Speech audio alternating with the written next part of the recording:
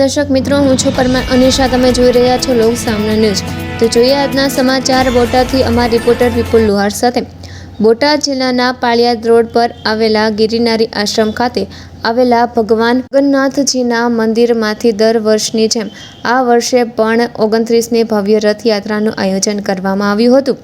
સાધુ સંતો અને વિવિધ હિન્દુ સંગઠનોના આગેવાનોની હાજરીમાં લીલી ઝંડી આપી રથયાત્રાને પ્રસ્થાન કરાવવામાં આવ્યું. રથયાત્રા પાળિયાદ રોડ, હવેલી ચોક, ટાવર રોડ, લીમડા ચોક, તુરખા રોડ સહિત શહેરના મુખ્ય માર્ગો પરથી પસાર થઈ હતી.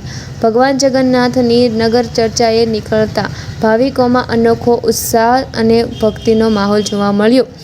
માર્ગમાં ઠેર ઠેર ભક્તોએ પુષ્પ વર્ષા કરી ભગવાનના દર્શનનો લાભ લીધો.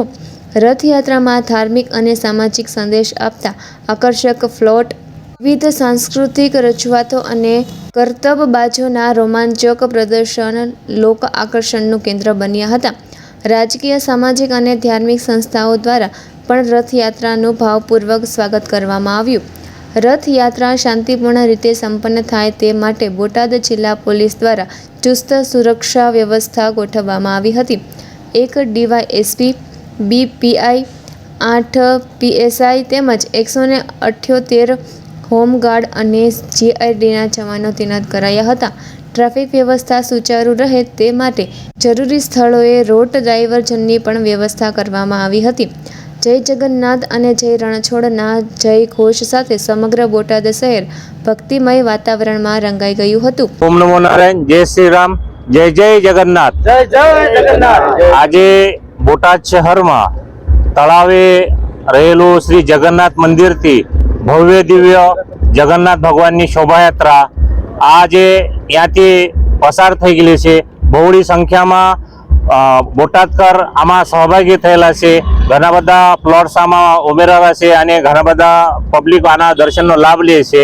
આજે આષાઢી બીજના દિવસે પોતે જગન્નાથ ભગવાન બધા બોટાદકર વાસીઓની ખબર લેવા અને પોતે દર્શન દેવા આજે બોટાદના મુખ્ય માર્ગો પર નીકળી રહ્યા છે. તો આપ સૌ બોટાદકરને વિનંતી છે કે આપ સૌ પણ ભગવાનના દર્શન કરવા પાળિયાદ રોડ, હવેલી ચોકથી લઈને તુરખા રોડથી આમ યાત્રા પસાર થશે. તો આપ સૌને ખૂબ ખૂબ અભિનંદન અને ખૂબ ખૂબ આશીર્વાદ સાથે બધાની વિનંતી કે બધા આ યાત્રામાં સહભાગી થાઓ અને ભગવાનના દર્શનના લાભ લો. ઓમ નમો નારાયણ, જય શ્રી રામ.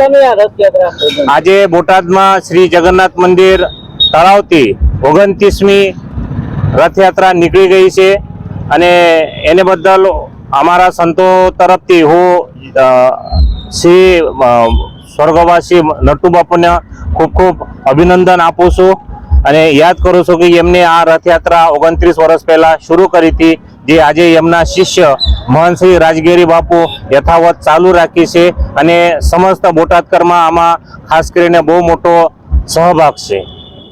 બોટાદ ટાઉન વિસ્તારમાં ભગવાન જગન્નાથજીની રથયાત્રા હાલમાં શાંતિપૂર્વક રીતે પસાર થઈ રહી છે, જેમાં પોલીસ બંદોબસ્ત પણ કાયદો અને વ્યવસ્થા જાળવવા માટે તથા ટ્રાફિકના ડાયવર્ઝન માટે પણ ખડે પગે છે.